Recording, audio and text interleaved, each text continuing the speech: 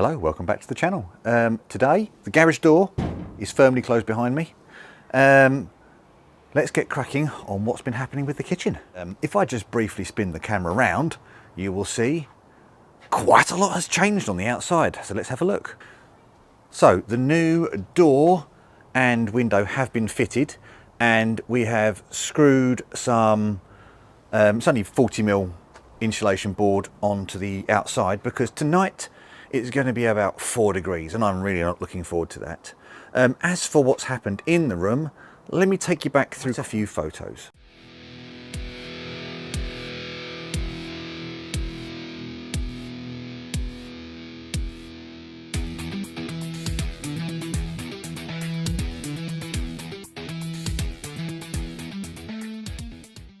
Now, as you can see, as I spin around in here and from the Echo, and you can also probably hear the hum of the dehumidifier in the background there.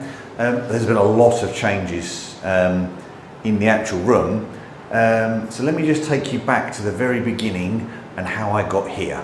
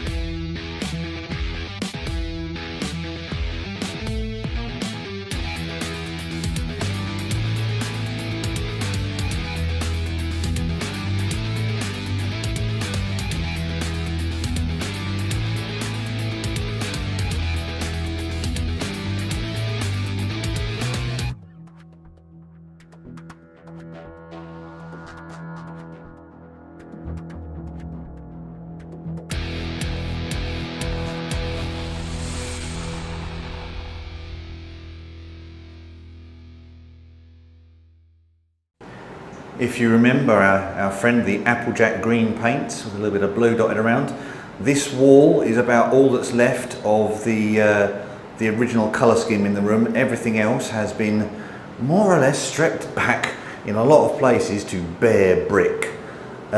Today we have plastered this one and that one, and we managed to get in here and up there done.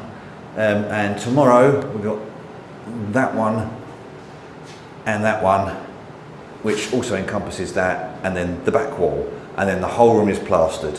It has been some serious graft, let me tell you. And almost every single day I have got to the end of the day a destroyed person. I'm dead on my feet. There have been some early starts. At one point we were 6:30 at the Builders Merchants, ready to go and get what we needed. and we've had a couple of 6, mostly it's been 8 o'clock starts, but a couple of early ones, and then there's been a couple of late ones. I'm pretty sure when we were getting the window and door in, we started at the 6:30 to go and get all the timber we needed, and then we were still working at 7:30 in the evening trying to get the house weather tight before the rain came that evening. So it's been a serious physical undertaking, let me tell you. So now if you see up here, we have, that's not a dent in the wall, that's just where it's drying. We have a lovely fresh plastered wall and a light switch on the end here. Now you might think that's a weird little feature, what goes here? So in the 1960s, when this house was built, an Aga lived here, and that was a chimney. In fact, if I open the squeaky door, the chimney is still there. For reasons that I'll go into briefly, the edge of the chimney encompasses my daughter's bedroom slightly, so we don't really want to take it down. We might take it down a few bricks, but we don't want to lose it entirely, because that's a lot more work that I don't want to do. So we'll probably put like a little pepper pot on the top of it. But we have blocked it off in here. But those of you now screaming at the screen going, no, you need to have a chimney ventilated. Yes, yes, we have. Because the chimney is only this much of the area. There's a lintel that goes across here, and the chimney comes down and rests on said lintel. And then behind here is a void. So what we've done is, well, blown a hole through the side of the brickwork into the chimney, so the chimney can actually breathe. We've then got it breathing into this cavity at the moment. Now there shouldn't be any water that runs down into it, but if there is, I can then pipe that out of the side wall if I do need to. And I have got access into the space above to keep a check on it, but there was no moisture, it was dry, but we just wanted to make sure it's ventilated, it can breathe, bottom to top, but it's breathing nicely, outside air, not inside. So there was an old access hatch here for the old chimney, for the old Aga, that you could open up and sweep the chimney out. And yeah, we no longer have to worry about that. We've knocked it out, we've bricked it up, and we created a nice little smooth swoop. I say we, my friend, the builder, created a lovely smooth swoop so that anything that does come down will end up in this cavity, and we'll be able to see whether there's any water ingress in there, and we can deal with that later if we need to. But that also meant I could get my cables up and in, get my switches in place. Previously, this socket was on the upstairs ring main. This socket here was on the kitchen trip, and there was a socket over here on the side of the hob, and that was on the oven trip. Not the greatest way to do electrics in a kitchen. I don't profess to be a professional, but I do profess to be a little bit competent. So we are going to have a ring main from here to here to here to here, and then it goes up the wall here on the original pipework, and then disappears off through here, and then goes off to an individual trip that's labelled kitchen now, which is very nice to have. As for insulation, this being an outside wall, you saw we'd screwed the stuff onto the outside. Previously there wasn't anything. It was a very, very cold wall, and there were lots of holes in it where lots of different sinks had been fitted over the years. So we've now got 40mm of board in what would be the cavity, and we're going to put another 100mm in the outside just to try and keep some warmth in the room. And that's going to be going all the way up the side here. And this new bit here is going to be an interesting piece of wall that the wife wanted to put stuff on. Don't know what it is yet, doesn't matter. I will do as requested with that section of wall when we have a decision. The other big change we've had in here is these cables here. They were originally on this wall, and that's meant taking apart a large part of my bedroom upstairs so that I can find where they go and draw them back across 2 or 3, maybe even 4 joists worth, and then bring them down here for where the new hob, the new oven's going to go. And one of those wires is going to come round to the hob, which is very, very nice. You've no idea how excited I am to have a nice kitchen. Now tomorrow's job is going to be, so obviously the plastering, the 2 walls and the remaining part of the cavity behind me, and that's going to be the plastering done I'm hoping that it should dry, obviously with the dehumidifier going, it would hopefully be dry by the weekend so I can get a coat of white paint round, hopefully at the latest Sunday, and then I've got some pipe work to move around and I can start running my ring main around the room, and the kitchen arrives Monday afternoon, which is kind of scary timescale wise because there's a lot to get done in this time. So I might get some of it recorded, I might not, it might just be another one like this, but yeah, this is what we're up to. I hope you like seeing this, I hope you like the pictures, and honestly, if you try and do a kitchen like I've done in 2 weeks, you will be destroyed. So, and if you see the ceiling above me, one of the first things I did, once I'd stripped the wall off and found that there were more tiles behind the tiles and the cabinets, once I'd done that and stripped them away, the next thing I did was take the ceiling down. Why did I take the ceiling down?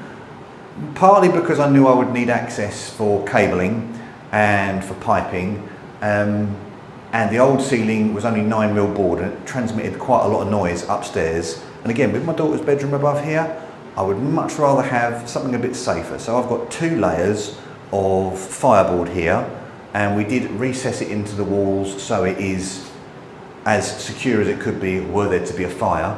And the other thing we've done is we put 150mm of rock wool insulation above the joists, or in between the joists I should say, because with the way the house is built, the outside edges of the timber can have air blowing across them, so we get some good ventilation between floors, that's great, but it means that you end up with a cold patch on the ceiling above me here. So the insulation originally was only put in for the first maybe 2 foot, and then they figured that was good. So we've carried it on all the way back so that we don't end up with any cold patches on the ceiling, so no mould grows on the ceiling. So, but with the extra air gap we've got above it, because we have 9-inch timbers here, with only 150mm, you've still got a couple of inches of airflow front to back through the house to help deal with any moisture that does wick its way through the plasterboard. So it was important to me to get that done, and I've got spotlights going in here. Where are your marks? You haven't cut them out. No, I haven't. I have a map. I can't find my map. I will have to look for my map. But basically we've got 6 spotlights going up here, which might sound a lot, but if it's too bright, it will be better than it was before because it was too dull beforehand. Overall, I'm really excited to be at this point in the project. I had hoped to bring you more of it. I hope you managed to get a feel of what we've had to do through the photos that I've posted. And yes, join me for the next one, and hopefully we'll be back on car stuff ASAP.